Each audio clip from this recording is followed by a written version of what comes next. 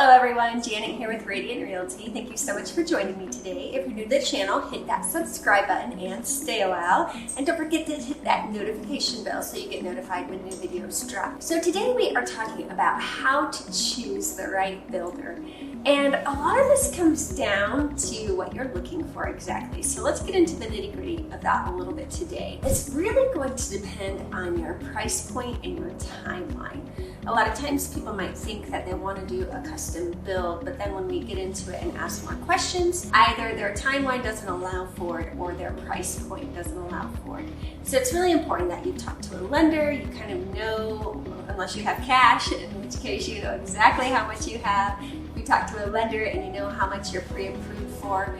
Also, it's going to come down to whether you are able to be pre-approved for a construction loan. That's going to kind of open up the builder opportunities you have, or if you just need a regular conventional loan, then you're going to need to find a builder that can just accept kind of earnest money down to start the build, and then you just pay in full when it's done, kind of like purchasing an existing home. So let's get into it a little bit deeper. Now, with any of these options, before you begin, it's really important to decide if you want to work with a real estate agent or not. If you want a realtor working alongside of you, then that's something that you need to decide up front, because a lot of our local builders anyways here in Montana, if you reach out to them even just to ask a question before stating that you're working with an agent or having that agent reach out on your behalf, then that builder automatically either cuts the agent out entirely as far as a commission or any form of payment goes,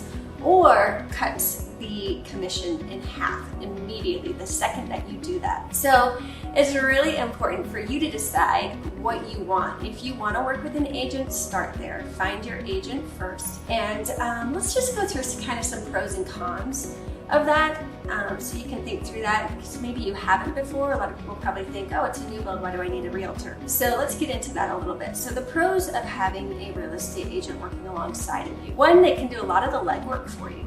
You're busy working all day, this is their job. You say, hey, can you find out this, and this about the home? Okay, they can do that. The next thing is, when you're talking with a builder, obviously you're going to have a builder meeting. If you can't be here in person, then your agent can host one of those virtually, where your agent is there, the builder is there, and you are there virtually via Zoom or some other means, Google Hangouts. Or if you are here in person, all of you come together. And the benefit of that is you have your questions, you have your list of questions that you know, but there might be some questions that you haven't thought of that your realtor is going to know to ask, such as, does this home have air conditioning? There's one. A lot of times in certain states that just comes standards, but in Montana, maybe not so much.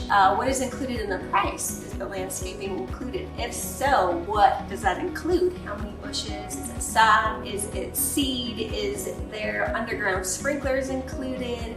What about fencing? What is the driveway made of? Is the driveway included? This is kind of a crazy question, but I have had some where the driveway is not included. That's an extra cost. What is the driveway material? Is it concrete? Is it asphalt? Is it gravel? These are important things to know. What about the neighborhood covenants? Do you have the list of those for us to go through? Surprisingly, maybe to you, in Montana even, there are quite a few subdivisions that have the HOAs and the covenants. They do limit your dogs to 2. So if you have more than 2 dogs, we need to know that up front and be able to kind of ask the right questions and figure out where we can build and where we should not build. What are the HOA fees every month if there is an HOA? These are all important things to know before building. What about fencing rules for around the house? What about the construction process itself? What about the timelines? What about refunds? When can those be given? What about how do you handle things when they don't go right? What if there's a delay? What if we're supposed to close at this date? How long past that can you delay? And at what point are you paying me for that delay? So there are a lot of questions that maybe you wouldn't think of, or maybe you even have thought of, but then when you get there, you might forget to ask. So it is nice to have just an agent alongside of you for that. kind of thinking as you're talking of additional things that might be important to know. All right, and another thing it's really nice to have an agent alongside you for is the document review. Unless you're a lawyer or unless you deal with contracts every day, certainly you can go through it, but it is just nice to have another set of eyes on those. An important question to ask as well or take note of is if the builder is using the standard realtor forms for new construction or if they have their own forms. If they have their own forms, I'm kind of digging through those a little bit further, a little deeper to see why aren't they using the standard realtor forms. So I did have a situation arise where this had happened. A friend had referred some people to me and they kind of told me what they wanted, so I set them up with some property updates. Well, that weekend they got to thinking and looking and doing some research on their own, which nowadays is so great that you can do that with the internet. But here's where I caution, because they reached out to this local builder and then they let me know over the weekend they decided to go ahead and sign paperwork with this builder, at which point later in the week they contacted me and they're like, hey, this builder said on their website that appliances were included, but now they're saying they're not included. Can you look into this? Well, at this point my commission is cut in half already because they contacted the builder without me and signed these forms without me. And then as I look, which is a bummer because it puts me or any agent between a rock and a hard place, because I want to do the best for my clients. I want to be there. The builder is not going to show you the neighborhood. They're not going to, if you don't live here, they're not taking you on virtual tours of different neighborhoods, showing you the surroundings of the homes. They're probably not telling you what other neighborhoods look like as well, and builder neighborhoods, and kind of giving you the full gamut there. They have their best interests in mind. Honestly, builders probably prefer that you don't have an agent, because then it's just you and them. They save that fee for the agent and they don't have anybody kind of as a buffer between you and them. Just keep that in mind. I don't think builders are going to take advantage of you with that per se, but I do think they're going to have their best interests in mind. So naturally, so anyways, back to the story. So I looked on the website, sure enough, it said on their builder website, and this model home was listed, and it said French door refrigerator was included, stainless steel, and all the appliances basically. And then I pulled up the contract that they signed over the weekend without my assistance, and on the contract it said that they were not included. So at that point, I said, see these initials right here is kind of what that is. So it's just nice to have an extra set of eyes. Now, I'm not saying your agent is going to catch that either. However, at that point, they're partly responsible for making that right. So if you have a good agent, they're going to want to help you out there. Another thing, so reviewing the documents, and also if it is a more custom build, which we'll get into kind of at the end of this video, with the contract, are the plans included? Is the timeline included so that everybody's on the same page? It's really important to have everything written out really well. Not just a handshake deal. I've heard so many stories that just throughout the country in this last year with everybody kind of rushing to build and just doing something on a handshake and nothing in writing, and that's a really dangerous way to go, so make sure that does not happen to you. Another great thing about having a realtor involved is that they're paying attention to those deadlines. They are advocating for you when things don't go right, and they're trying to get involved to kind of be that middleman. Sometimes it can be difficult when you have somebody building for you. You don't want to take them off. They're building your house, but at the same time, you want things done right. And it's kind of nice just to have that middle buffer and say, hey, this isn't done. Can you look into that for me? And absolutely, that's what we're going to do.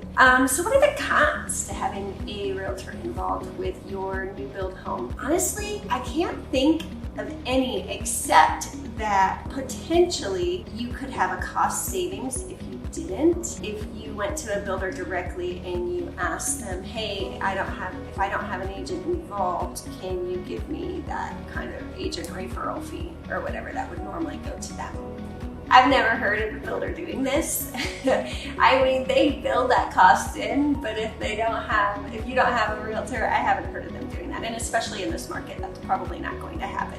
Maybe in more of a buyer's market, you might might be able to swing that deal, but otherwise probably not going to. They're just going to go to the next person on the list, and 99% of people don't even know that that's a thing. So that's really the only con I can think of. If you have any experience, good or otherwise, definitely leave that in the comments below for others to consider as well. So how are you going to find this builder?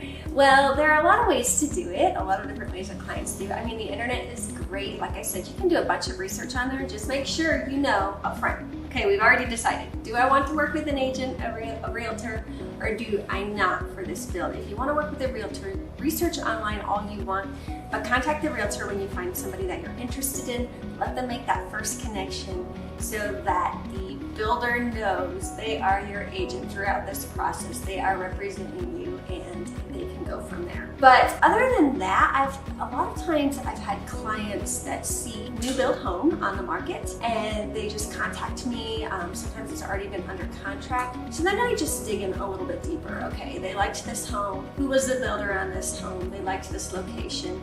A lot of times builders will buy around here. How it works is we have a couple neighborhoods that are all one builder. But other than that, builders buy lots in various neighborhoods throughout the city and the county, and then they just plan some spec homes to build on those, or they could do a semi-custom home on those for people. So with that in mind, with Bob and Lisa, if you saw their client story, that's kind of how that one went down. They sent me one they were interested in. It was already under contract. I reached out to that agent and just asked if they were going to be building any more in that area, and they did have another lot in that area, so we got to kind of get in on the ground floor of that. That's another nice thing with working with a realtor, because we went out to the lot. There were a couple things they didn't love about the plans, and one of them was that the patio was kind of facing the house next door. So we were brainstorming a little bit when I was over there with them, and I'm like, what if we could they move it down, because your house is longer than the house next door, and if we move that, then you'll have a view of the golf course rather than the house next to you. And that's what they ended up doing, and they were very happy with that. That's a lot of times how we find builders. If you find a listing already,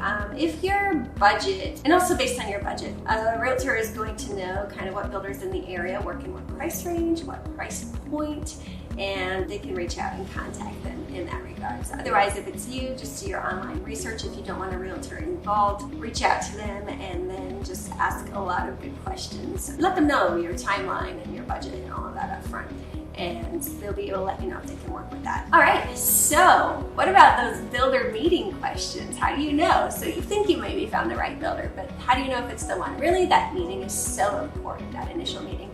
And if you're not in town, again, they should be able to do one virtually with you. The chemistry between you and the builder is so important. If you feel like you can ask questions and collaborate, and they don't get easily offended, or they don't make you feel like that's a stupid question, or just trust me, or just whatever. If you start getting those vibes, I would walk away immediately, because you have to have this nice working relationship, and you can't feel intimidated by that. And you need to just feel like they're, I mean, when we built this home, our builder was great. His favorite thing was, I can do anything for a price. And you have to realize that too. They're not going to throw in a bunch of freebies. Everything costs them money, more and more this past year even, but usually they can do anything for a price. Now, if you're in more of the spec home situation, they are going to be very limited. And even in this one, because we didn't do a construction loan on this, it was kind of just some earnest money down. He said, you can do some changes, but nothing too crazy, because if you back out, I need to be able to sell this thing. And we were totally okay with that. That was great. Okay, and then I also wrote down just some quick questions. There are plenty more. I don't have time to go through all of them today, but maybe some questions you might like to ask in that builder meeting. What if there are timeline delays? I think I mentioned that briefly in the beginning. How are those handled? How will concerns be handled throughout the process of the build? How do you qualify subcontractor quality? Who will be managing the project? That's important to know as well. Who your contact person is. What about warranties? Usually new home builds come with warranties. What is the final walkthrough process? If there is a problem in that warranty period, how do we handle that? So there are just a whole, so many questions, and I'm sure you have some of your own. But those are just a few to get you started. And and you'll know by the end of that meeting if they're the builder for you. So let's get into custom builds, more custom builds. That is a different animal altogether. And a lot of times I'm actually going to link this article in the description below. It's by the Washington Post because it was really enlightening. Basically, it said a lot of times with custom builds, people do it backwards. They try to buy their lot first and then find the architect and the builder.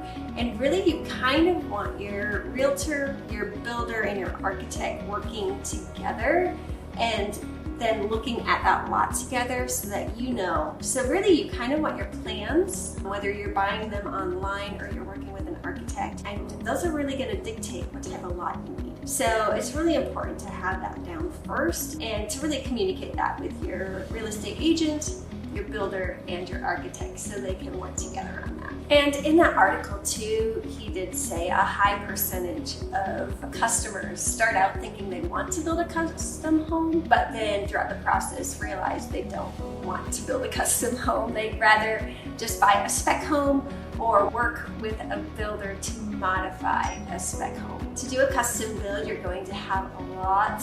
It's almost like a full-time job on its own. So there is just so much more that goes into that. But if you are looking for a custom home builder, in addition to the meeting, the online research, the online reviews of that builder, very important.